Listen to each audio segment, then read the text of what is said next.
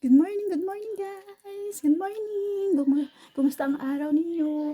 Ako eto, tapos na sa trabaho. Pangatlong trabaho tapos na. Ang aking alaga andun, nag-exercise po. Iniwan ko lang saglit. Pero nag-exercise lang naman siya. Mamaya babalikan ko siya. Umakyat lang ako dito sa taas. Saglit lang. Saglitan lang naman. Kumusta po kayo? Sana magandang araw nyo. Kumusta kayo mga mahal? Mahal kong followers, viewers. Good morning, good morning. Sana maging okay po kayong lahat. Huwag kayong maingay. Si nanay nandun busy sa cellphone. Mamaya tatawagin na naman ako. Nanay, dyan ka lang muna ha.